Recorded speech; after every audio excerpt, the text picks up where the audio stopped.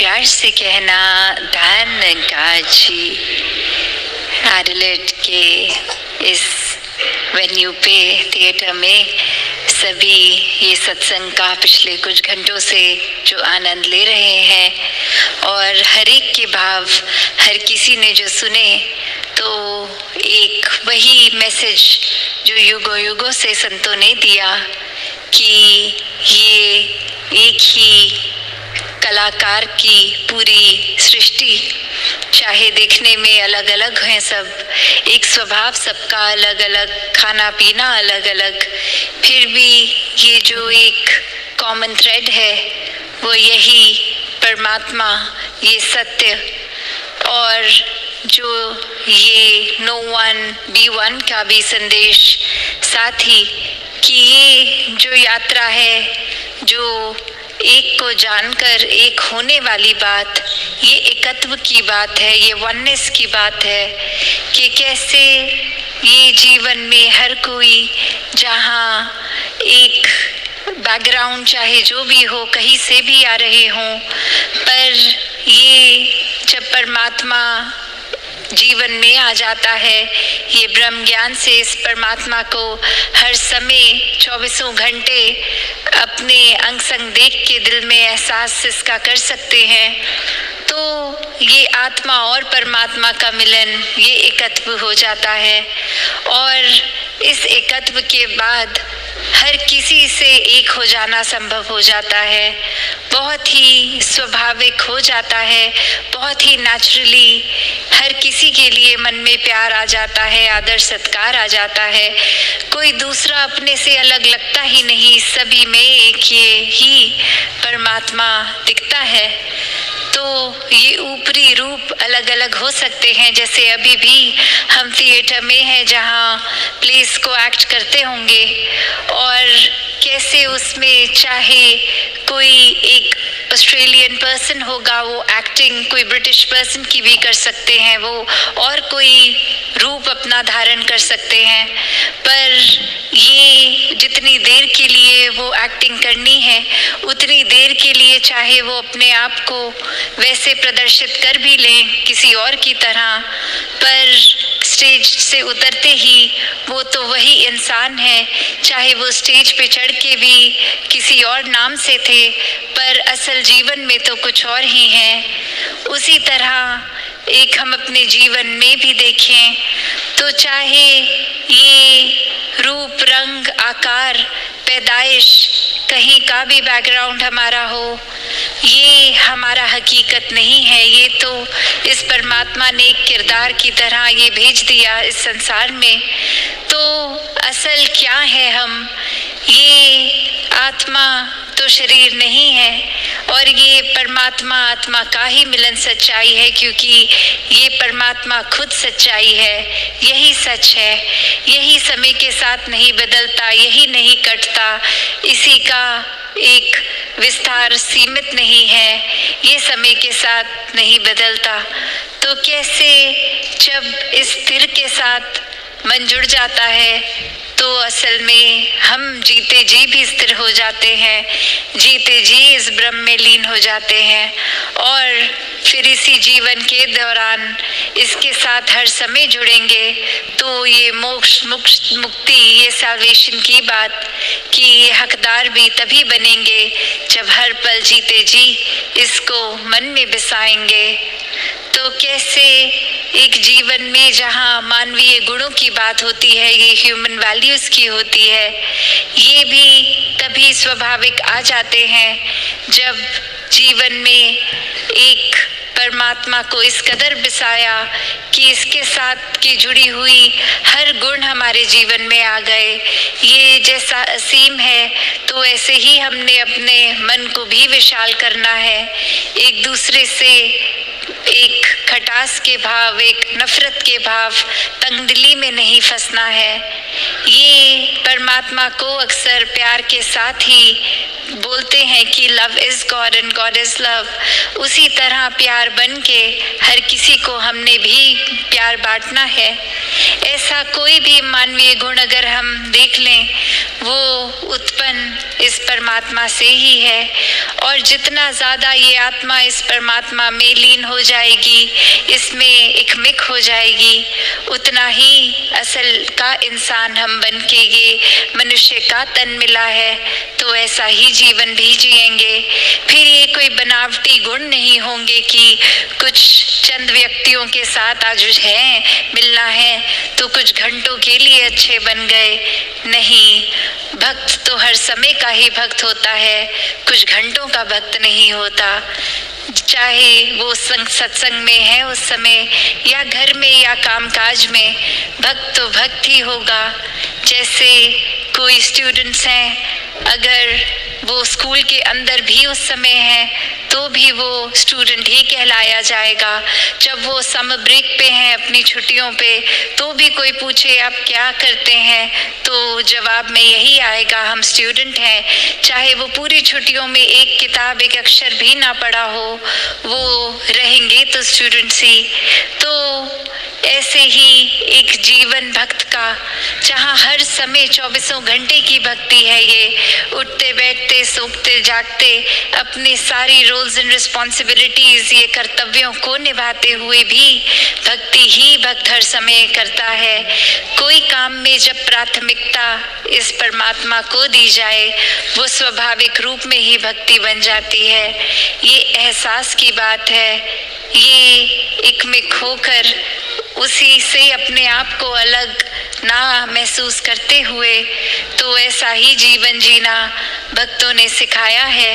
वरना तो जिस समय हम इस परमात्मा को भूल जाएं, वही अहंकार भी मन में साथ ही आ जाएगा, नेगेटिविटी आ जाएगी, अंधेरे आ जाएंगे। तो ऐसा भी स्वभाव बन जाता है इंसान का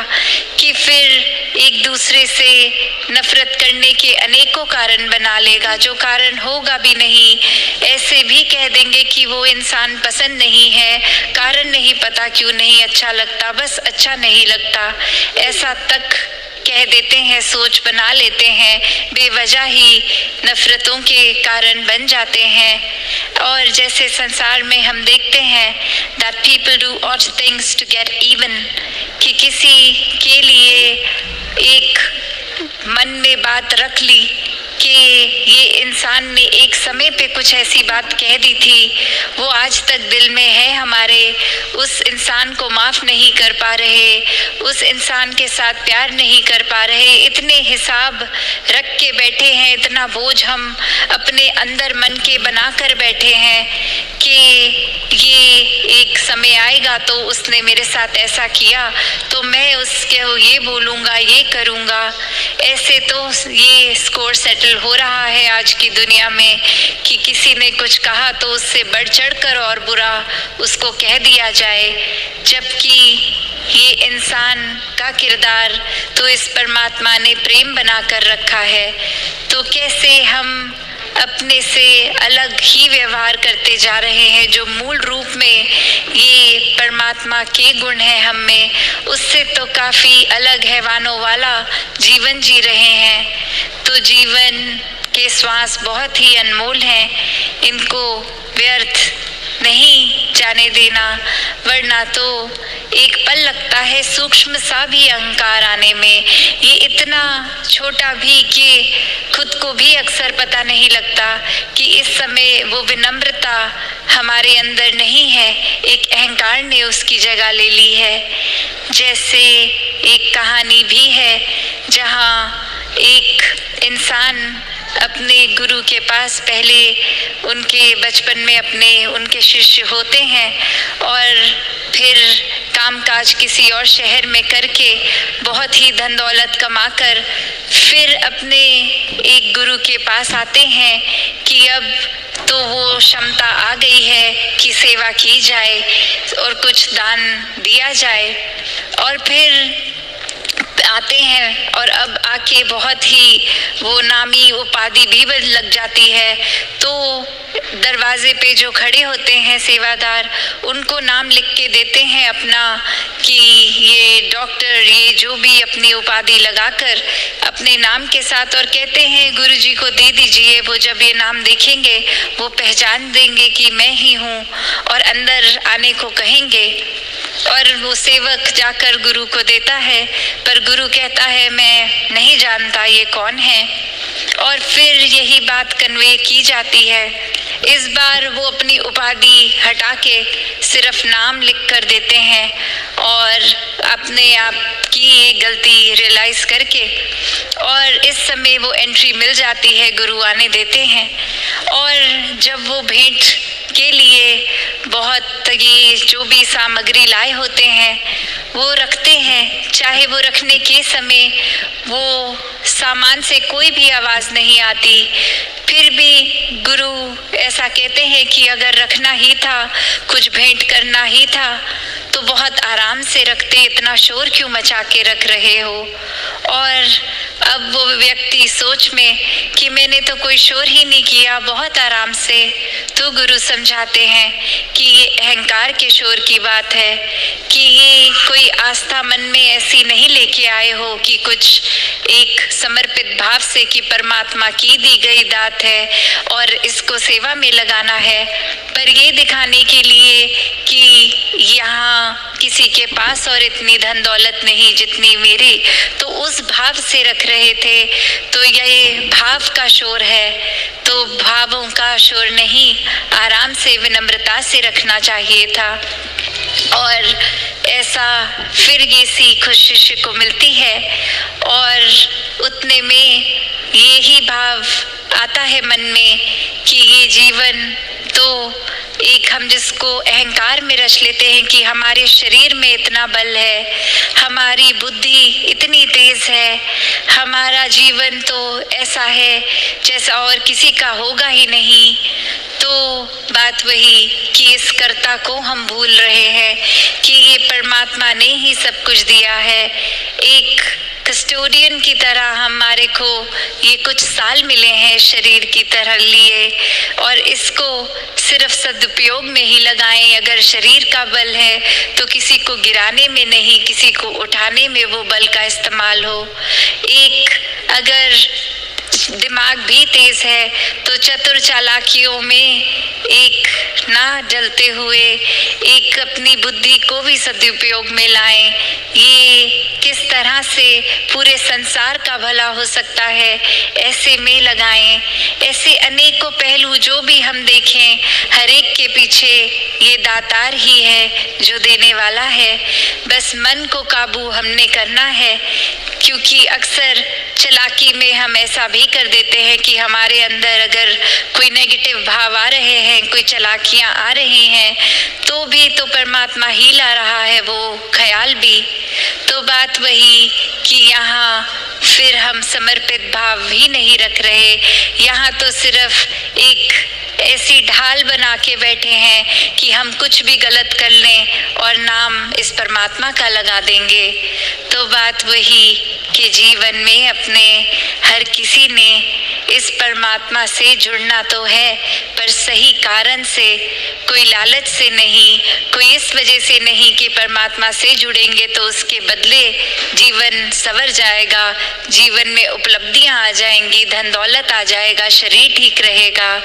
पर इसलिए जुड़ना है क्योंकि ये परमात्मा ही जुड़ने लायक है। बाकी सब माया संसार की क्षण भंगुर, इसने आज नहीं तो कल रूप बदलना है, चले जाना है। सिर्फ परमात्मा ही कायम दायम टिकने वाला। तो ऐसा ही एक ठहराव वाला जीवन, सहज जीवन हर कोई जीता जाए।